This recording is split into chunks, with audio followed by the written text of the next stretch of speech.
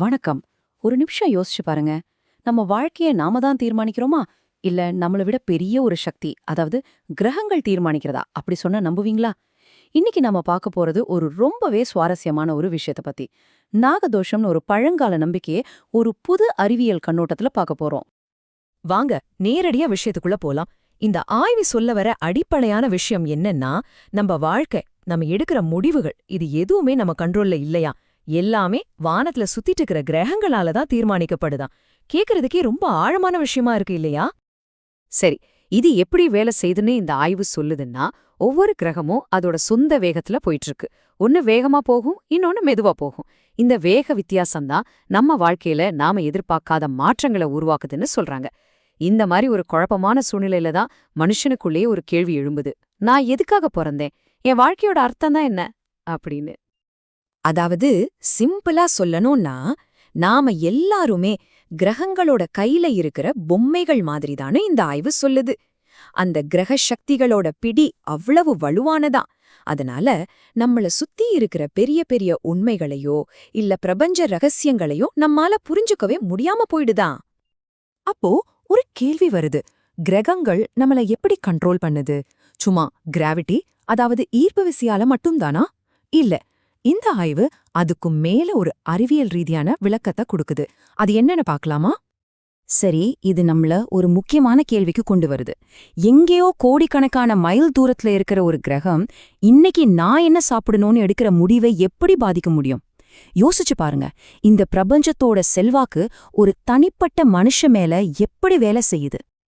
இதுக்கு பதில் இந்த ஆய்வு சொல்றது கிரக கதிர்வீச்சு, அதாவது பிளானட்டரி ரேடியேஷன். இது ஒரு மாதிரியான கண்ணுக்கு தெரியாத ரொம்ப நுட்பமான ஒரு சக்தி. நாம பிறக்கிற அந்த ஒரு நொடியில இந்த கிரகங்களோட கதிர்கள் நம்ம உடம்புல ஒரு அச்சு மாதிரி பதிஞ்சிடுமா. நம்ம மூளையில, உடம்புல இது ஒரு நிரந்தரமான பதிவா மாறிடுது. சரி, இந்த கதிர்வீச்சு உடம்புக்குள்ள போய் சும்மா இருக்கிறதில்ல.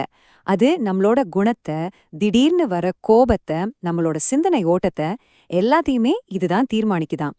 சில சமயம் நமக்குள்ளேயே சில எண்ணங்கள் வரும். ச்சே, ஏன் நமக்கு இப்படி தோணுது அப்படின்னு நாமளே கணிக்க முடியாம போறதுக்கு காரணம் கூட இந்த கதிர்வீச்சு தானு இந்த ஆய்வு சொல்லுது. இப்போ வாங்க ஒரு குறிப்பிட்ட வானியல் நிகழ்வை பத்தி பாப்போம். இந்த ஆய்வு இது ஒரு ரொம்ப ரொம்ப ஆபத்தான விஷயம்னு சொல்லுது. இது சும்மா ஏதோ கிரகங்கள் ஒன்னு சேர்றதில்ல. இது பிரபஞ்சத்துல நடக்கக்கூடிய ஒரு ரொம்ப அரிதான ஆனா ரொம்ப பெரிய விளைவுகளை ஏற்படுத்தக்கூடிய ஒரு சம்பவம். இது ஒன்னும் சாதாரணமான கிரக அமைப்பு கிடையாது.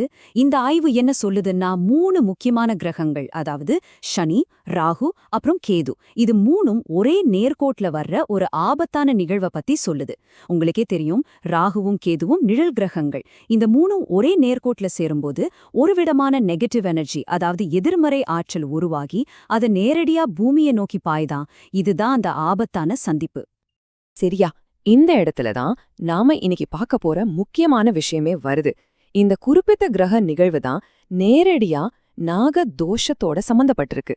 நாம எல்லாரும் கேள்விப்பட்ட அந்த நாக தோஷம்ங்கிற விஷயத்த ஒரு கம்ப்ளீட்லி புது கோணத்துல இப்போ பார்க்க போறோம். அப்போ நாக தோஷம்னா என்ன? அது வெறும் மூட நம்பிக்கையா இல்ல போன ஜென்மத்துல செஞ்ச பாவத்தோட சாபமா? இந்த ஆய்வு என்ன சொல்லுதுன்னா, இந்த 2 பதிலையும் தாண்டி 3ஆவதா ஒரு விஷயம் இருக்குன்னு சொல்லுது. இது உண்மையிலே வெறும் ஆன்மீகம் தானா இல்ல இதுக்கு பின்னாடி வேற ஏதாவது அறிவியல் இருக்கா? இங்கதான் இந்த ஆய்வோட முக்கியமான வாதமே வருது. அதாவது நாகதோஷம்ங்கிறது ஏதோ ஒரு ஆன்மீக சாபம் கிடையாதான். அதுக்கு பதிலா அந்த தீய கிரகங்கள் ஒரே நேர்கோட்டுல வர்றதால உருவாகிற கதிர்வீச்சோட ஒரு நேரடியான இயற்பியல் வடிவம்னு இத புதுசா வரையறுக்கிறாங்க. அப்போ ரொம்ப முக்கியமான பாயிண்ட் இதுதான். அந்த குறிப்பிட்ட கிரக அமைப்பிலிருந்து வர்ற கதிர்வீச்சு நம்ம உடம்புக்குள்ள புகுந்து ஒரு பாம்பு மாதிரியான ஒரு எனர்ஜி ஃபார்ம், அதாவது ஆற்றல் வடிவத்தை எடுக்குதாம். அதுவும் சரியா நம்ம இதயத்துக்கு பக்கத்துல போய் தங்கிக்குமா. கேக்குறதுக்கே ரொம்ப ஆச்சரியமா இருக்குல்ல? இதனால என்னாகும்? இந்த ஆய்வு ரொம்ப தெளிவா சொல்லுது. இந்த பாம்பு வடிவ கதிர்வீச்சு ஒருத்தரோட உடம்புல இருக்கிற வரைக்கும் அவங்க வாழ்க்கையில எடுக்கிற எந்த ஒரு முயற்சிக்குமே அது தடையா இருக்குமா. இது ஏதோ சாதாரண எனர்ஜி இல்ல, வெற்றிய அடியோடு தடுக்கிற ஒரு சக்தி.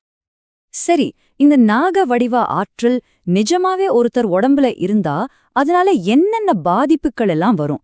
இந்த ஆய்வு சில குறிப்பிட்ட உடல் மற்றும் மன ரீதியான பிரச்சனைகளை லிஸ்ட் பண்ணுது. பாருங்க, இதோட பாதிப்புகள் ரொம்பவே கடுமையா விவரிக்கப்பட்டிருக்கு. கண் பார்வை மங்குறது, தலை சுற்றல், மயக்கம் வரது, கடுமையான வயித்து வலி, குழந்தை பாக்கியம் இல்லாம போறது, ஏன் மனநலம் பாதிக்கப்பட்டு பைத்தியம் பிடிக்கிற நிலைமைக்கு கூட கொண்டு போயிடும்னு சொல்றாங்க. இதெல்லாமே அந்த ஒரே ஒரு கிரக அமைப்பால வரவிளைவுகளாம்.